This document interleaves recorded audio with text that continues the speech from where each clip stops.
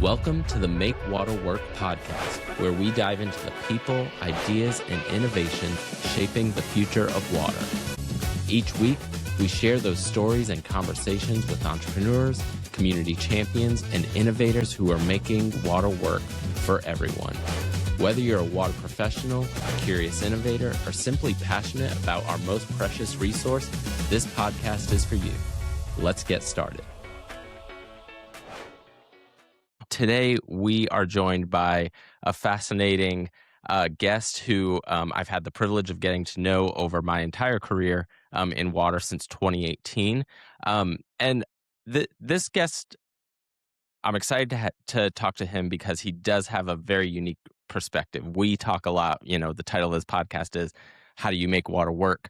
And we're often talking to people who are working within their communities, but there's also the community of us solution providers and people who help us make it work for our customers. And so I'm joined today by Travis Kennedy. Travis is the Chief Industry Officer of Water and Environmental Markets at Water Online, which is a water and wastewater industry go-to digital media platform, reaching more than 1 million unique visitors annually. He also hosts his own podcast, The Water Online Show, alongside Chief Editor Kevin Westerling, covering operational and innovational topics across municipal and industrial water markets. So, Travis, welcome to the Make Water Work podcast. Thanks, Isaac. It's really nice to be here. You mentioned the word fascinating. I have never been introduced in any capacity as being fascinating, so I will try to live up to that kind of hype. So, yeah, let's get it rolling. I'm really happy to be here. Yeah. Well, and I'd be interested. This will just be an engaging way to engage our audience. But some folks on the 120 Water team have referred to you as the Ryan Seacrest of water. So just know that, no pressure. But that's I will that's try my how you're best. known internally. I've heard that a few times. I'll try my best though to try and differentiate. Love it. Yeah. Love it. So we, in starting this podcast, one of the things, was like, hey, over almost a decade, never met someone who didn't have a story about how water found them. And so, Travis, tell us, how did water find you? So it's an interesting story. I'm sure, like many, I didn't start out in water. I didn't come out of college and decide, hey, I'm going to go into the water industry. It was I was first in the fitness industry. I majored in communications at school. I was in marketing, sales, in this ethos of fitness. And there was a .com darling that existed in the early 2000s called Vertical Net. And what Vertical Net did is they had a number of industry specific marketplaces that would bring buyers and suppliers together. And we're talking industries, any industry you could name. Uh, and when I made the jump from the fitness industry to go to work at that point, Vert Markets, there are, again, all these different audiences that I could have been associated with. But I chose water. Mm-hmm. And there are a number of reasons why I chose to go into the water marketplace. I mean, they're numerous, but the first one was it's an essential part of life. Mm-hmm. When you talk about other industries, even B2B, all of those have different allures. But with water, it's an absolute resource. Yeah. And I went to my very first ACE in Los Angeles in 2004. That's dating Nice. dating me a little bit. And from then on, I was just hooked. I saw a number of things. The camaraderie. It's very insular. The market. Everybody almost like a family, right? So these conventions or trade shows, live events you go to, it's almost like a family reunion. Yeah. All working towards a really important end game, which is provide clean and sustainable water to everybody on Earth. And from there, I was hooked. So I've been here ever since and thrilled every step of the way. Yeah. That's awesome. I did not know that that it started in 2004. So that really does give, for the purposes of our conversation, one of the things that I wanted to dig into was, from your perspective, because you interface with solution providers across the market. How have things? What have you observed that has evolved in those 20 plus years. Man, well, from the standpoint of just what were people talking about? Mhm. When Water Online started. So Water Online has been around since 1995, and it Yeah. was the very first business to business website of any kind in the United States. So when you Mhm. take a pause to think about what that actually means. So I mean, in 1995, I mean, some of the topics that were being discussed are uh, really the public health risk was becoming visible back then. Regulatory modernization that was Mhm. accelerating. Infrastructure funding realities surfaced, so we started to become aware of how our existing, and we're still talking about it today, right? Yeah. So you talk about a topic that's far-reaching. Mhm. Um, so in '95, that was a lot of what was being discussed on the site and in the communities that Online talked to and presented content to. But when I started in 2003, there was a shift from really like local utility challenges to more of a global water crisis type framing. So Mhm. water became a global policy and economic issue. The UN Mhm. got involved. I mean, it was a big year for that. Infrastructure gaps became quantified and benchmarked. So we started putting numbers on how old they were, what was going wrong, why were they going wrong, all of that. And really, utilities started focusing more on resiliency and risk management than they ever had before. So Mm. 2 years, only 8 years apart, but vastly different in what they were focused on. So, I mean, there's a lot of change that occurred just in those 8 years, but since 2003, uh, Mhm. you're still seeing similar type issues pop up. They're just directed in different areas. So, earlier in that time frame, in those 8 years that I'd mentioned, there was like a cryptosporidium outbreak in Milwaukee, right? So we started Mhm. contaminants in groundwater and affects the water that gets distributed to utility constituents. That hasn't changed much. It's just now we're talking about different contaminants. Yep. Um, Yeah. so, and then as you get to resiliency and risk management, that is all evolved into the adoption of digital water, Mhm. right? So same kind of issues, same kind of problems. It's just how are we answering them? Mhm. That's sort of making the difference of how the market's evolved since then. So, Yeah. Yeah. I like that insight. It's the what it why we do it hasn't really changed. What we're dealing with maybe has changed specifically, but what has evolved is how we're addressing it. Um, it's funny, like when you were saying that it was started in 1995, that's just 4 years after the 1991 lead in copper rule, the first lead in copper rule. So that to me, that's one of those benchmarks of like, okay, there's something that's going to have more public awareness, and mhm, there's you can let me know if you agree with this, but over time, it's just like the things that are getting regulated are just more of the requirements around that regulation also include a lot more communication, and that brings in this um, wild card variable for utilities, which yep, is the public, and yep, you don't know how 1000% transparency and communication is important, but you also have something that is a stakeholder that is a little less predictable, whereas contaminants on some level are predictable, or the way you treat it is predictable, but communication isn't. that's a great point, Isaac, and we can talk about this as we go through our conversation. But a lot of what I try to get through to the marketplace has a lot to do with communication, whether on Hmm. the utility side out to its constituents or on the supplier side and solutions provider side to Yeah. the actual utility. There's a communication gap there that I can go on for days, but I won't. But we can sort of dive into that as we get more Yeah. conversation. But you are absolutely 100% accurate in that assessment as far as I'm concerned. So, yeah, I'm on the same page there.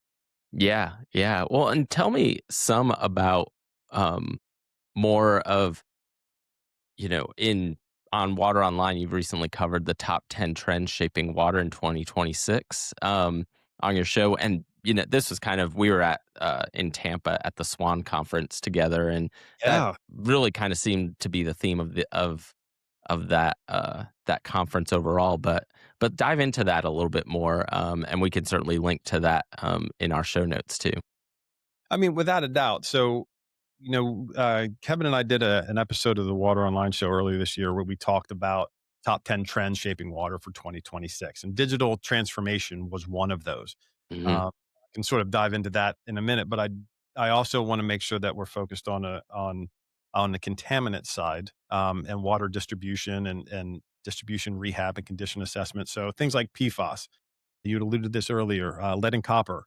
All right, those are Hmm. all issues that continue to exist that are at the forefront of the marketplace. So when we talk about trends, digital water is a big part of that, but also there's a basic component to it related to what we're delivering as an industry to the constituents. But on from the digital water standpoint, and that includes AI, right? Hmm. And there's a lot of questions around AI. How is it going to impact the market? How is it going to change the jobs that we all do? Is it going to impact us in a negative way? And I spent a lot of time talking to both suppliers and utilities on this particular topic. And one thing to keep in mind that and one thematic point that keeps coming through is that in another 10 years, AI is not even going to be part of the vernacular. The same way Hmm. that internet is not part of our vernacular anymore. I Yeah. mean, Yeah. it's going to be part of our day to day Hmm. aspect of our life, and that does not exclude delivering clean, safe water consistently to everybody. It's going to Hmm. be part of it. So, yeah, from a trend standpoint, the digital transformation that's occurring right now, to me, this is exciting. Right, Yeah. this is disruptive. It's Yeah. I mean, without a doubt, every utility, at least in the United States, is going through a digital transformation. It's just Hmm. merely a question of where are they, Yep. right? There's no longer are they, it's where are they. So it's exciting stuff. It really is. Yeah. And it's another reason why we're here, right, Isaac? It's another reason why we're in this industry. Absolutely. And it's also like I'll come back to the AI conversation in a moment, but I also think that one of the things that, you in particular, with Water Online in the communication aspect, because you've been in the market for so long, I do think that there's a degree of trust from your publication uh, that has made it at least valuable to me as someone who represents a solution provider and is trying to connect our solution with someone else. You built an audience that understands clearly why you exist, what you talk about, and those kind of things. Whether that's connecting it through content for different stages of a lead life cycle, which or having media outlets like you have your own podcast and you have other ways of getting messages out as well. And I think um, I find it interesting that there are, as much as we're out there saying, "Hey, here's how you keep the water utility assets up to speed. Here's how you do this." There's that whole aspect in a go to market function that is, how are you closing the leaky funnel? We we use all these terms. It's like, hey, things are coming in the top. Are you nurturing them? What's our pipeline of deals and those kind of things? And I find it fascinating that we work both within water, where sometimes those analogies break down because we're talking to people who actually have leaky pipes. Yeah. And then when we're talking, Yeah. abstractly about our businesses, we're like, all right, where are we closing the gaps and the leaks in our funnels? But um just kind of giving you an opportunity to talk about the value of the Water Online platform for solution providers. Well, I appreciate that. So, yeah, what you alluded to is if you take how marketing was historically done in the 50s, 60s, 70s, 80s, 90s, early part of the 2000s. All of it, I call it the Mad Men era. If you ever watched Mad Men, one of my favorite shows Love it. ever, right? It was all Yeah. about like the sales pitch, right? It Hmm. was, you should buy our product because it's the best you've ever seen. It does all these things that nobody else does. It's revolutionary and you should just buy it and I can sign the order. We can go on our way. Like big display advertising, really like a billboard in Times Square, like that type of thing. And what we found is that when everybody started going digital with pretty much every habit they had, and that include researching buying decisions, that display advertising wasn't getting the outcomes that it did 10, 20, 30, 40, 50 years ago. And there's a reason for that. The reason is because when somebody goes online to research before making any kind of buying decision, they want to know that what they are reading is from a supplier that understands what their problems are, Mhm. is empathetic to what their struggles are, and wants to be a partner with them Mhm. versus sell them something and then disappear, Yeah. right? So um, there's three different categories that, and this is very loose, but I could go deeper, but I won't. I don't want to bore anybody, but there's really three categories of the buyer's journey that a utility would be in at any given time, right? So there's early buyer's journey where it's really all about thought leadership type content that they are Mhm. most likely to consume, right? And I would encourage any utility to kind of correct me if I'm wrong in any of this, but every person that works for utility as part of our readership has validated that that's indeed the case, they're more likely to engage in more thought leadership type content that's topical or relates to a problem that they have or points out a problem they probably weren't maybe even weren't aware of. Mhm. More likely to engage in that type of content. And then the middle part of their buyer's journey where they start trying to figure out, all right, what technology am I going to use? What are the specifics of the finances? Who are all the stakeholders? Who's Mhm. going to implement it? All of that. So things like case studies, application notes, those all fit into the middle part of the buyer's journey. They're more apt to engage there. The later part of the buyer's journey is when they start trying to decide, all right, I figured out what technology I want to use. I figured out how I want to solve the problem. I figured out who the stakeholders are, how I'm going to pay for it, all of that. I just want to know, am I going to go with vendor A, B, C, or D? That's when Mhm. they start interacting, engaging in brochures and data sheets and videos and that type of thing. Mhm. So it's almost like there's a cadence to it, right? And a process similar to a sales funnel. It equates very well, almost mirrors it. So that is how utility workers and consulting engineers and engineers, operators, that's how they research an actual project. It's no longer, Mhm. hey, I saw a picture of your pump on in Times Square. Um, I hear it's the greatest thing ever. I want to buy it. Mhm. So it's just really a change in user behavior. That's all. Yeah. Yeah, it is, and that's a good segue, when you were talking a little bit about the where AI has entered the conversation and, when we talk more specifically about how it will be used within the industry, um, I come back to I think it was, James Cooper from Arcadis has a presentation, um, and it's a stat where the 60% of the water and wastewater workforce is working in the field, and so I think there is a part of the work that gets done that some no matter how much AI you have, it's not going to um, dig a trench, pull out a pipe and put a new one in. But the tools that are used to say, "Hey, here's where the problem is. Hmm. Here's how to get the materials there. Here's the amount." Like, there's probably going to be a lot of more sophisticated algorithms happening under the hood to say, "Hey, how are we tracking that? How are we understanding that? And how are we understanding the feedback loop into our long term capital improvement plan or things like that?" And so um, yeah, but AI is everywhere, especially this year at ACE. It was like nearly everyone's booth. It was like AI agent, and there's a part of me that looks at that as like, cool. The problem that we still need to solve and be clear about is: are we helping you go to a place, do a thing, do it with less risk to your yourself, your job, Yep. or your community, and those kind of things. But yeah, curious your thoughts, even in context of just coming off of the heels of Ace. Sure. I mean, the Innovation Hub was really bumping the entire show. It's right. I mean, you were right across from it, I believe, or right down the Yeah. aisle. And the 120 water booth was crowded in and of itself. In the Innovation Hub, you're right. A lot of it was AI driven. And that's exciting to me. And Mhm. I always equate AI in the water market to like an auto mechanic, right? So uh, think of all of the advances we've made in terms of automobiles and how it reports diagnostics and what's wrong with Mm.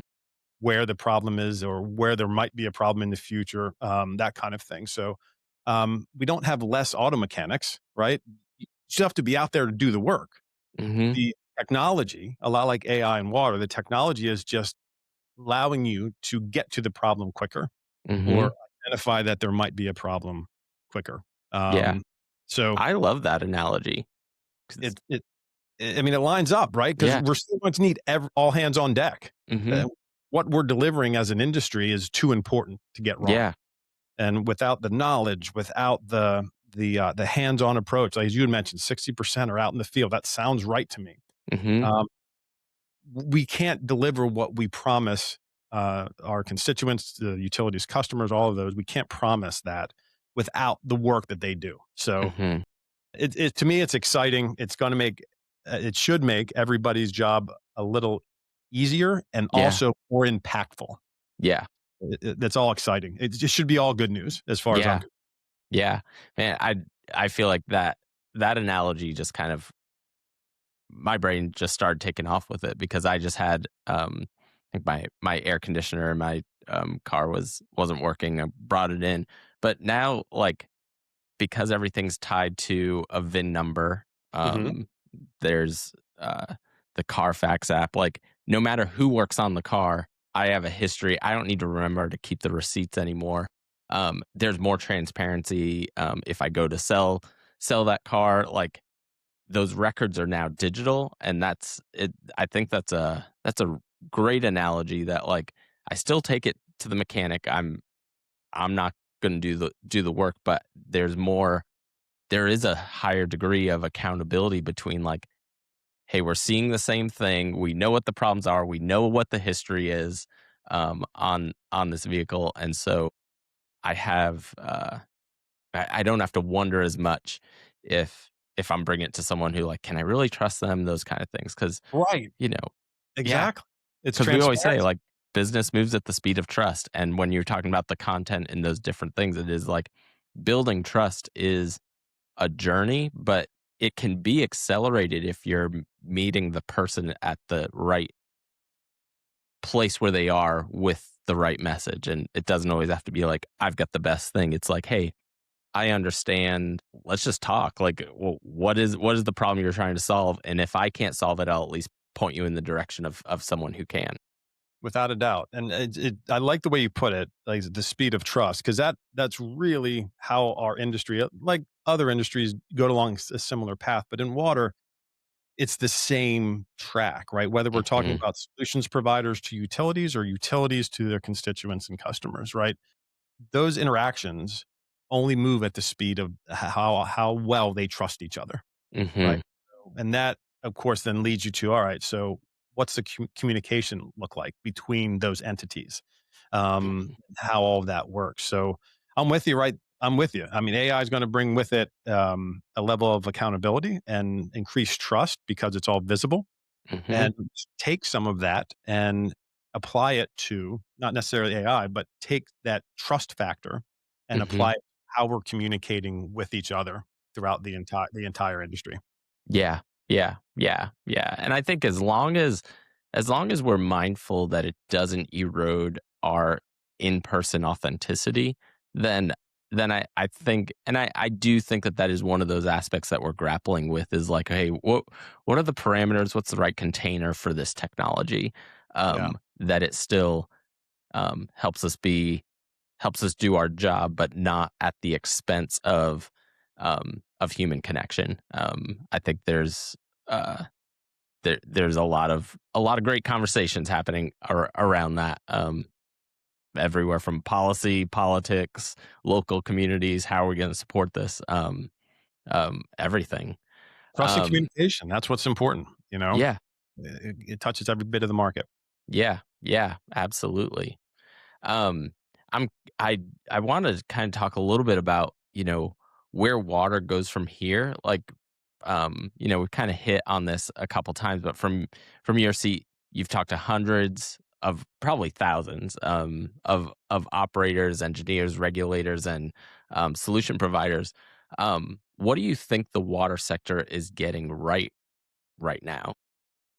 I mean, man, there's a lot that the water sector is getting right now, and it doesn't get enough credit for it. It really Hmm. does. I mean, again, it comes down to communication. But first, there's a level of, how do I put this, operational resilience Hmm. in this industry that's pretty remarkable. I mean, you're talking about systems that are expected to work 24/7 under increasing regulatory pressure, aging infrastructure, workforce shortages, and for the most part, they do. They work. They deliver, right? Operators and engineers are solving complex problems every single day, and Yeah. almost every minute, it seems, with real limited resources. So that consistency is something most industries can't replicate. Hmm. Uh, so when it comes to getting things right, that's first and foremost. I also Yeah. think, secondarily to that, but almost equally as important, I think the industry has gotten much more open to innovation than it Hmm. was even, I don't know, 5, 10 years ago, much less way back when, like Yeah. 1900s.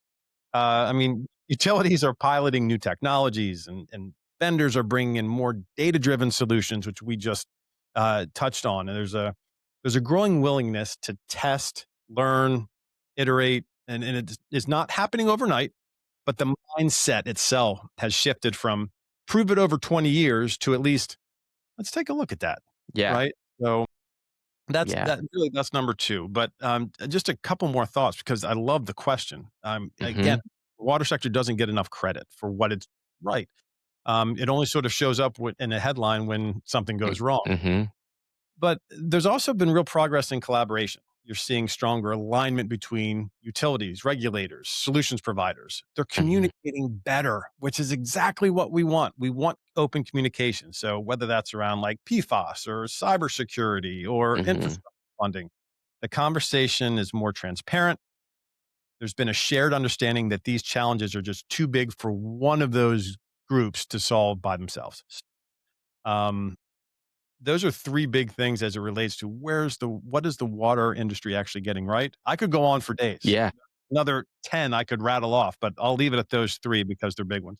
Yeah, yeah. No, I absolutely agree, and what I have found, prior to 120 Water, I was in B2B software, sales and marketing technology, contract, blogging, email, all those kind of things. But what was different about the water industry was, one, the posture um, of the water operators is you quickly understand that they are placemakers. They care about their place. They're committed to their community, Yep. and that's a Yes. high value. Um, and so they're naturally and rightfully protective. And so sometimes they'll make you work a little bit harder to say, "Hey, I'm not just going to let you give me the pitch. I want to understand what this is, and it's incumbent on you, solution provider, to lower the barrier Mhm. of entry so that how can I feel more comfortable about that, whether that's a pilot um, or doing something with a case study. Who else has done this before? Like there are all those things where they're going to hold you accountable to that, and I think that's really really good. And um, it can feel like it's slowing something down, but it's Mhm. doing a lot more due diligence up front that once you cross that barrier, you're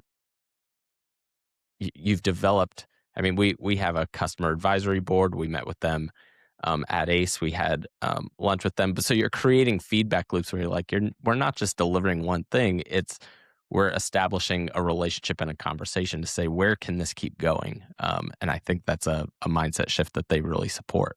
You're communicating Yeah. and you're creating trust, right? Hmm. Crux of everything that we're talking about here today could not be Yeah. more important. Communication and trust. Those are the 2 areas, and 120 Water does that really well, I have to Yeah. say. Well, yeah. Well, thank you. And yeah, yeah. And if you could get every water professional to internalize one idea before the end of 2026. So tall order. Yeah. Um, what do you think that would be? Man, well, I mean, if we're looking forward, I mean, if I could get every water professional to internalize one idea, it would probably be this.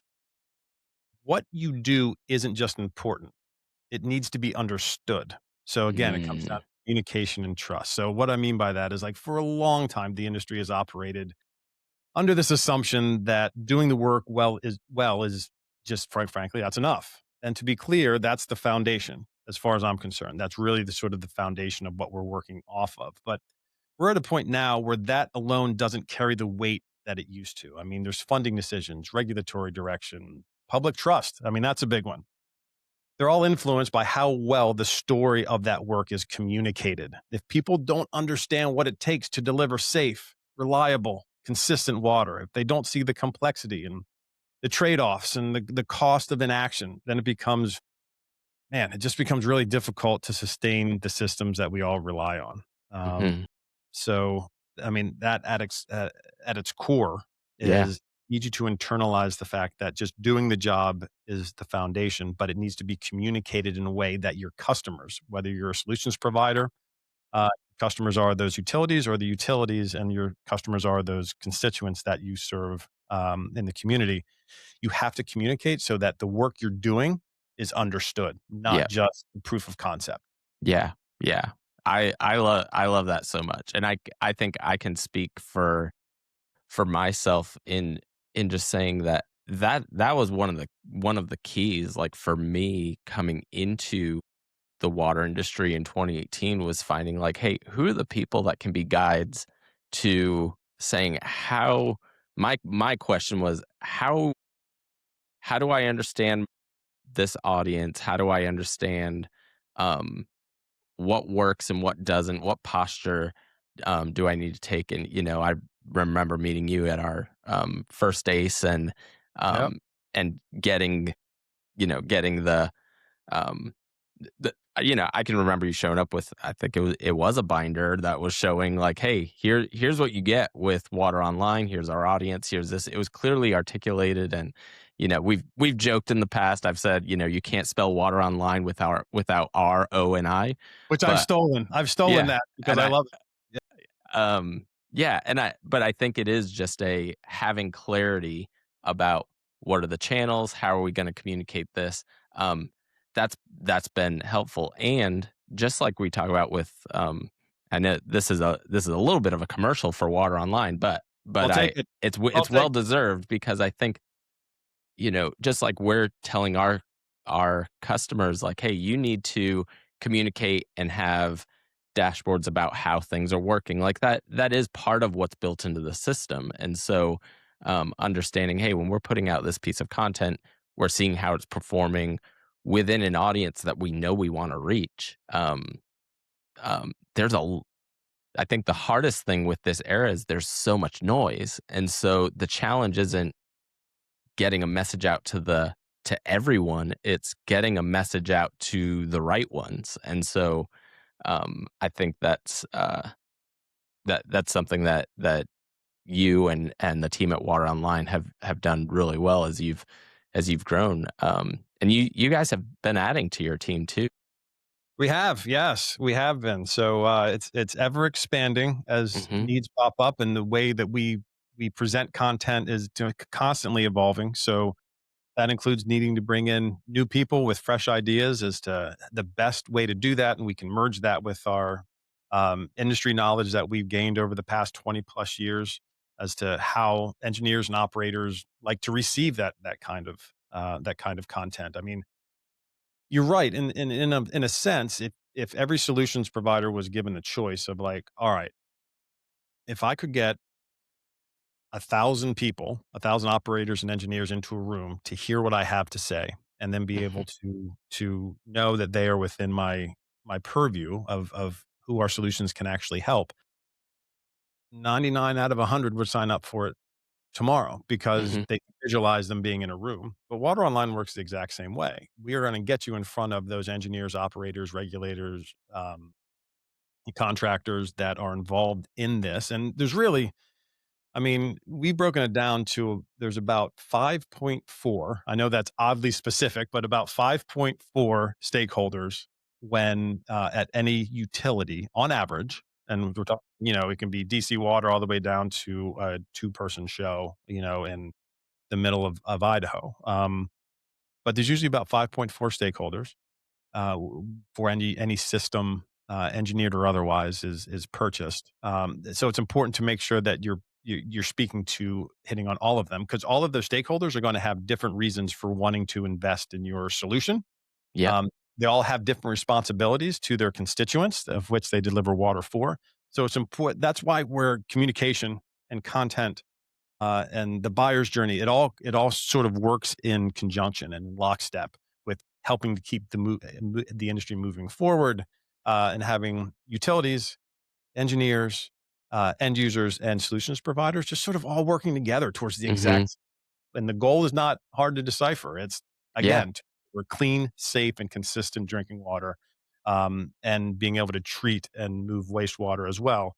The entire system, providing that for everybody. It's a resource, and it's a right. So, we're Yeah. on the right side, I think, Yeah. when it comes to what we're doing here in this market. Yeah, I love that. I don't think you could have said it any clearer that the best part of this industry is it's kind of clear from the start what our mission is, and we're just going to get in the room and kind of figure it out. Right. And we're committed to that. What was the life expectancy before we started treating water? I think it was like 30 or 40 years old, Yeah. like, Yeah. on average, right? Before Mhm. we figured out a way to just to treat and distribute clean water. Mhm. Um, Vitally important. So, man, I can't see ever leaving the industry. I just think it's an amazing place to be, and Yeah. we're Yeah. all part of the same family. Yeah, yeah, we are. Yeah, and I can't thank you enough for being a leader and helping make water work, to use the cheesy line, for folks like me, and other solution providers who are, uh, um, I know we come with our sales pitches. It comes with the territory, It does, right? Yeah. but but our intent is authentic, and it's really good to have folks who nurture that community. And so thank you so much for what you've done and what you've built with your team, at Water Online. We're excited. We're excited about the industry, where it's going, and we're really excited about 2026. And as we go into 2027, there's just so much that we could talk about. I know we have these episodes aren't like 5 hours long, right? Because you and I No, could probably riff on we this for a long time. we could, yeah, yeah, no, yeah, we'll land the plane, here. There's If people want more, they're gonna have to come to a conference, see you at ACE, see you at WEFTech. Yeah, there's you are around and very accessible, and so, yeah. So I, again, just thank you for indulging me when I saw you a couple weeks ago at Swan. I was like, we I know that you've talked to a lot of folks. You interview people. It would be fun to flip the mic and actually be like, hey, you've got I'm a in the hot story seat. too. Well, I'm in the hot seat now, and Yeah, I didn't mind being here. You're the you and I go way back. We're friends, and so you made it very non-intimidating to be on the other side of these conversations. So I thank you for that. It's perfect. an absolute pleasure to be here. Awesome. Yeah. Well, thank you. And thank you to everyone who tuned in. This is a really fun podcast. We get to have a lot of great conversations, with folks all across the spectrum. And thank you for tuning in. We love when we hear from you. Tell us, feel free to let us know. Like, share, comment. That helps with getting the message out. And then if there's someone you want to hear from, or if you're like, hey, I think I have a story that I'd love to tell. I've had a number of guests, that have reached out that way. And I appreciate it, and I take it. And I'm honored when folks, reach out and say, hey, it's a little intimidating. I have a story to tell, but I've had some really great guests that way too. So thank Non-intimidating. you. Make it non-intimidating, which is great. Yeah, So yeah, thank you. thanks for having I try. me. It's it's a craft I'm working on. Um, but yeah, well, and thank you everyone, and we'll see you next time.